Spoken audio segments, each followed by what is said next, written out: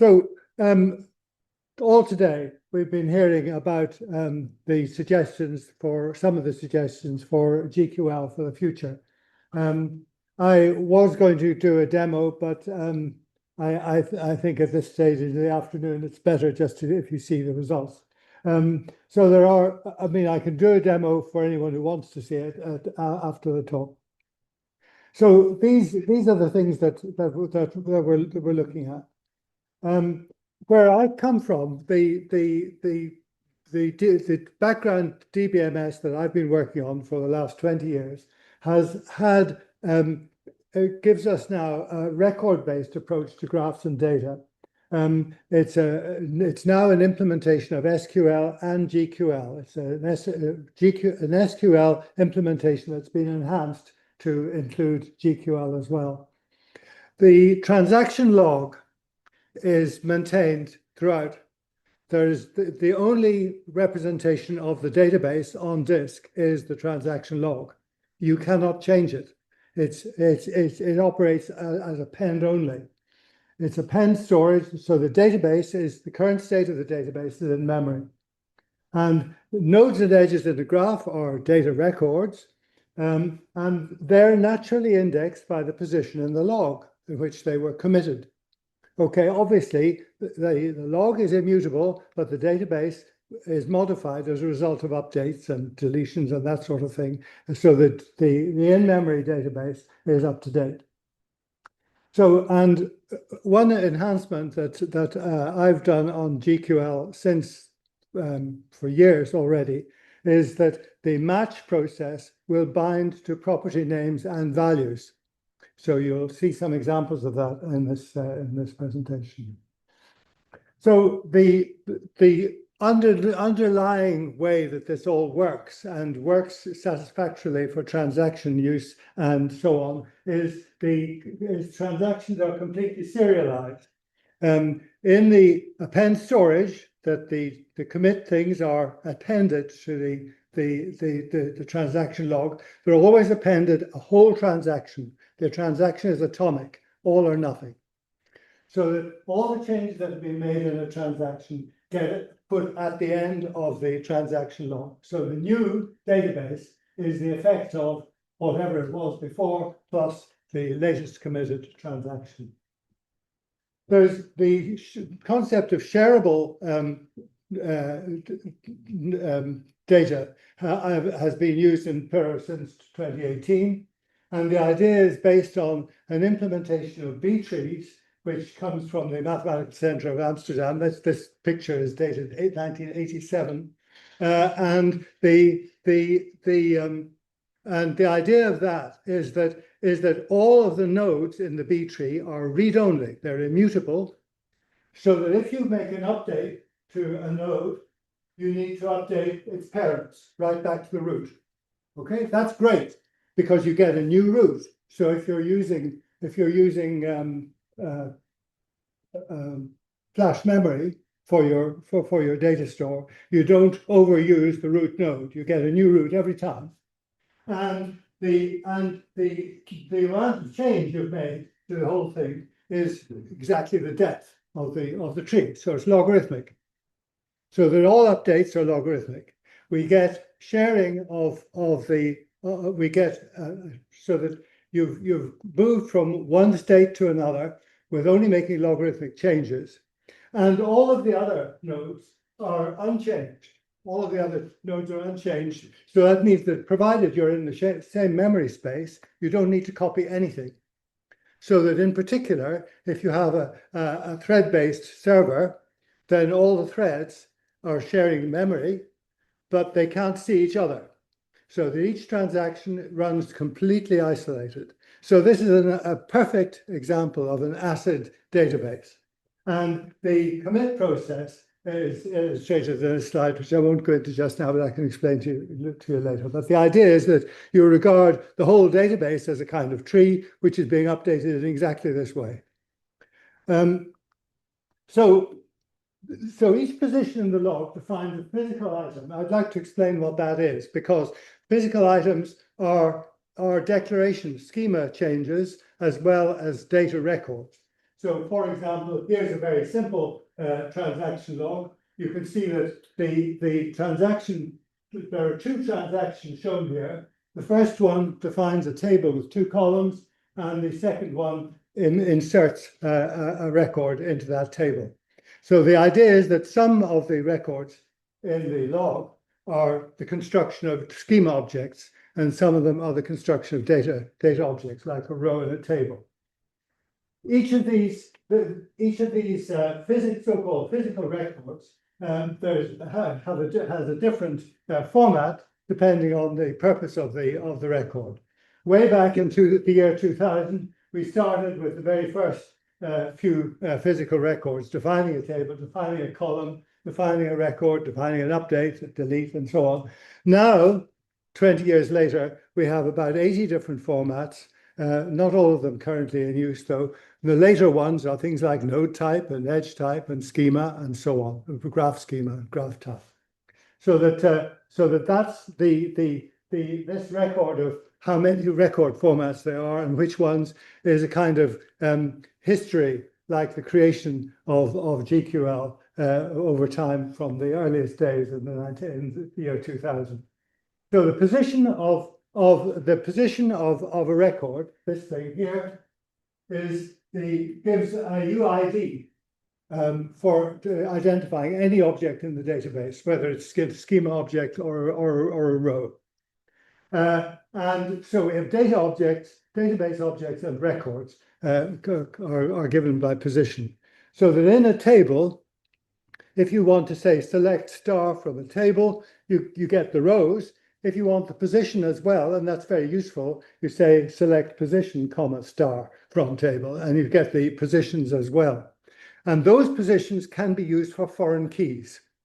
So so that it's a really neat idea that as you're loading a database from a CSV file, for example, that you actually record the position of each row as you go.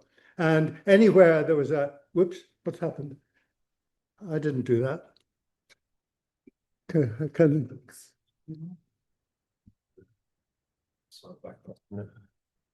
All right. Okay. Right, let's move on anyway. The node types and edge types have sets of properties, and properties are non-optional by default.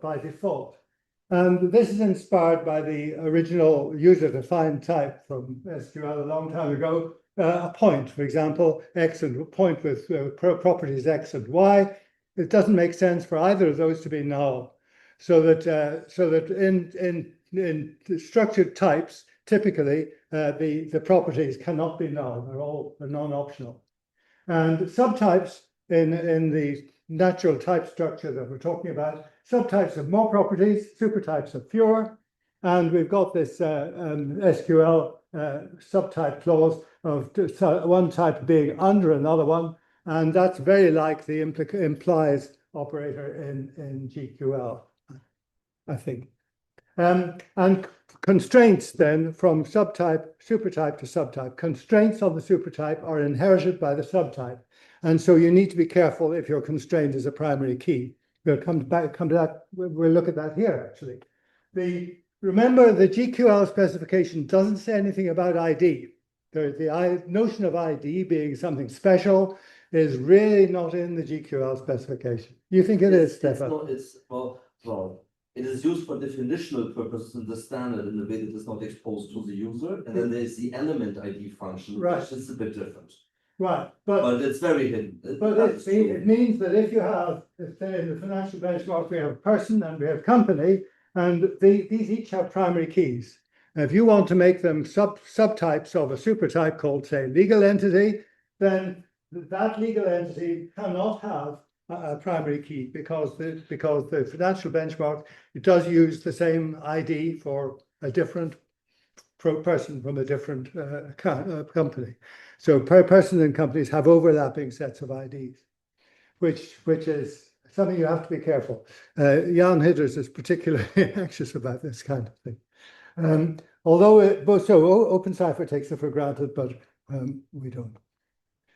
Okay, that was a quote from the SQL specification. foundation. So edge subtypes are a little bit more complicated because we have the connections as well. So the edge subtype connections have to be to subtypes of the relevant node types. So for example, if we wanted to have a supertype for person applying load and company applying load, then those might be declared in that kind of way. And these could be subtypes of a supertype apply, which went from legal entity to load, because legal entity is a supertype of company, of person, and of company. And then that all works. It works extremely neatly. And if you look in the literature and do a Google for multiplicity constraints for n-ary edges, you'll find there's quite a literature on that already. It does make sense to have metadata defined in the GQL element type thing, where you drop in a constraint like multiplicity 1 to 1, multiplicity 0 to ... for an edge type. Okay, and though the actual verification of that at runtime does have a significant cost. So with this, armed with this, we could define a model for the financial benchmark, in which case we draw out all the subtypes and supertypes that we could do from the CSV files that the financial benchmark did. There's one other little thing I'd like to point out here. Here we've added, there's a account and loan could be both subtypes of supertype called ACT-based maybe, and that might have a default balance of 0. Okay, so if the first when an account is declared, it has an initial balance of 0 until, well, the loan would be initialized as part of the construction. But anyway, that's it. So also in the financial benchmark, there's an opportunity for exploring the idea of n-ary edges. Why do I say that? Because I think the justification for wanting to do n-ary edges is not just whim. It's not just say, why don't we have n-ary edges? It's because if we're really saying that GQL is the future of SQL, well, in SQL, we have lots of relationships that have lots of foreign keys. They don't have a limit of 2, but an edge has got 2 foreign keys, a source and a destination node. And that's very limiting for someone who comes from an SQL background. There will be lots of SQL things that cannot then be implemented using GQL. So why don't we say, right, we can have for multiple foreign keys in our relationships in GQL. So if there are going to be, there might be several, if you have a directed edge or an undirected edge, you might use with. For a directed edge, you could use to and from. And if you've got more than one of each, you can have them called 2, 1, 2, 2, 2, 3, and so on, as their property names. Okay. And maybe if you want to distinguish between them, you can, or to be more elegant about it, you might name the connections. So that, for example, somebody getting married, 2 people getting married, that's a connection from person to person, but there's a bride and a groom role. So why don't you name the connection bride and groom? And or allow arrows to have labels to distinguish them. Sometimes the target node type for the connection will allow you to infer which connection is being named, but otherwise it might be convenient to use such an identifier on the connection. So why not allow it? Well, okay, it makes ASCII art harder. But we could in the financial benchmark have a construction of the transfer edge type as having float 64 for the amount and connecting from ActBase with activate. Oh, well, now you see, with activated for. There's, when I make a transfer, if I do a withdrawal from an ATM, I use my bank card, and the bank card, when I get it delivered, when it arrives through the post, I need to activate it for that account. Okay, so when I use it, then I'd better use an activated medium to perform the operation. So what we can do, if we look at the financial benchmark, we've got a whole lot of the CSV files contain a whole lot of transfer information, and there's a create time. So we can look to see what the currently validated medium is for that account by comparing the create time. So we can do that. We'll do that with a trigger. I'll come to that in a moment. But look, n-ary edges happen all the time. If you think about another kind of database that people use, and really, you know, things like ancestry, genealogical information, important information that you find on the network are things like information about a marriage, information about a will, and so on. And that marriage will contain lots of personal information, references, dated references to people, and that's very useful for tracing ancestry. So for a marriage, yeah, we might have a bride and groom, but we could also have a lot of witnesses.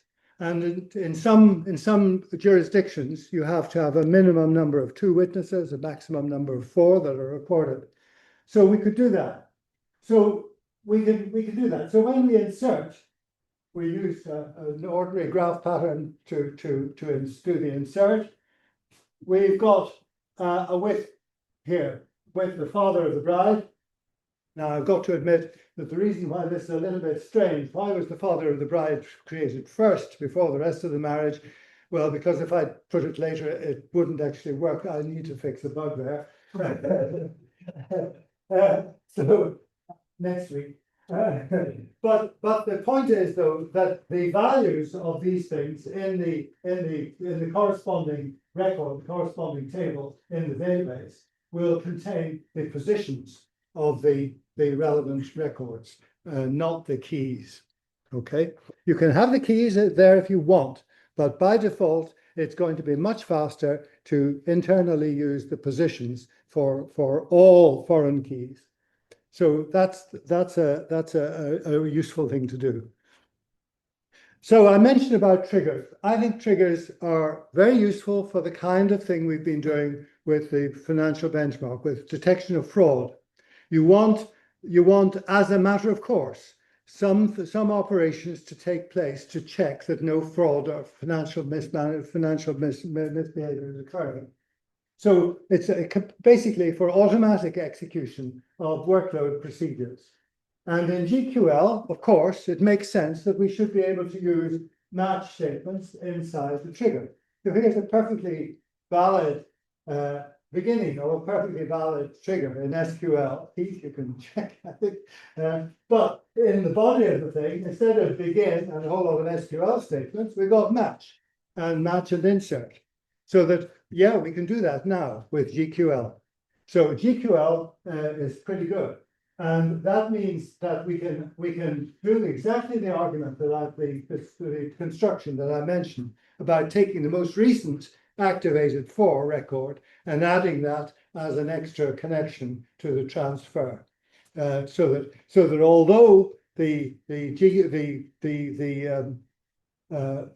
although the CSV records for transfers in the financial benchmark, as published on LDBC, don't have an activated for field in a transfer record, we can put one in by using a trigger. And that's quite important too, because by default, an edge, a connection, will be non-optional. Now, if you might have observed, very keen, sharp eyes, you might have observed that actually in the description of the financial benchmark that I made, I said that the activated for connection was optional. And the reason for that is that in the data in the CSV files, in the early parts, few transfers that are added to the database, there isn't an activated for. That has not been constructed at that stage. So that I just made it possible. So this was the financial benchmark as defined by Chabon.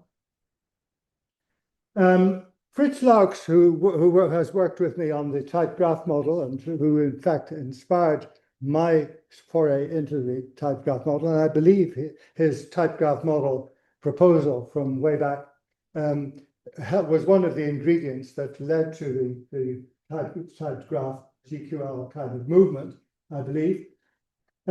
He has constructed a different model for the financial benchmark, which actually does have a ternary edge for transfer.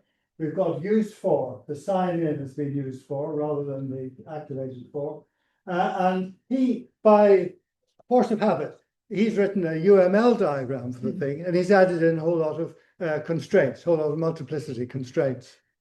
Okay, so it makes sense if you take what he has written, and on the Google Drive, I've provided a whole lot of files for Fritz Laux's model. If you declare these multiplicity constraints in the type specification and the extra properties and so on, then you get something like this. The insert for the ternary transfer edge in Fritz's model looks a bit like this, a bit like the one that I showed for the marriage. And Fritz, in fact, defines in his implementation, he didn't bother to define the properties of transfer apart from the connection bits in the type specification.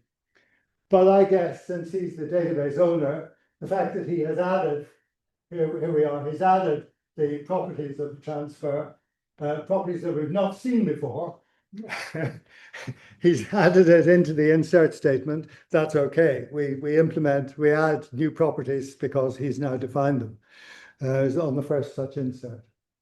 Anyway, so when you actually look, the first example is not huge. It's fairly indicative, but it's not huge. He does have a width for every single transfer. And we can see that in that. That's the result of the insert statements that he provided.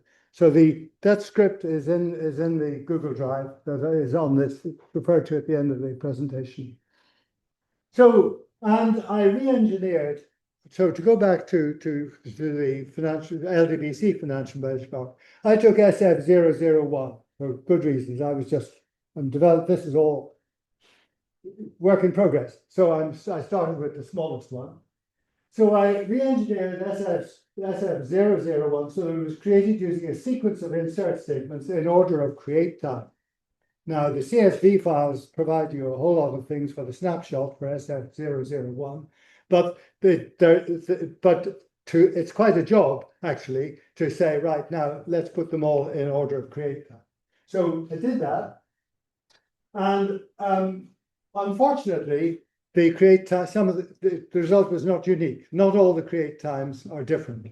And that's because he was mimicking some of the read-write transaction workloads, so that when something failed, the alternative action got the same create time as the other one. So you ended up with two records with a create time. So I had to manually change several dozen of the records in order to be able to import them. So that was a bit of a downer, because it meant that it made it unreasonable to expect that I could go on to do SF01 or SF1, because I would have had hundreds or thousands of similar things to do, and I could do it automatically, I guess. But anyway, here are the triggers, and they're in legal SQL, except that they use GQL for the body of the trigger, and the ternary edge is added in the trigger. The activated part and we want the most recent one. And this little locution here gives us the most recent one. And I also, at the same time, I did a trigger for updating the last login and last login time thing. And when I did this, when I ran this, when I created this thing with these triggers, of the 22,000 transfers that are defined in SF001, 13,900 of them do have activated 4.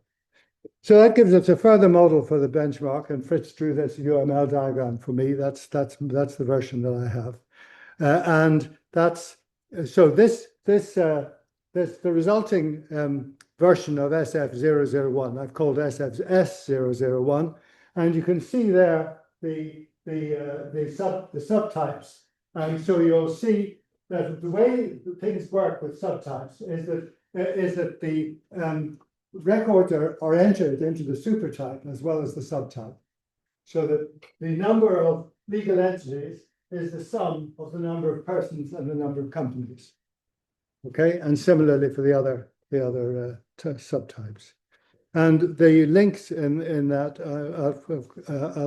I can send them to anyone who wants them.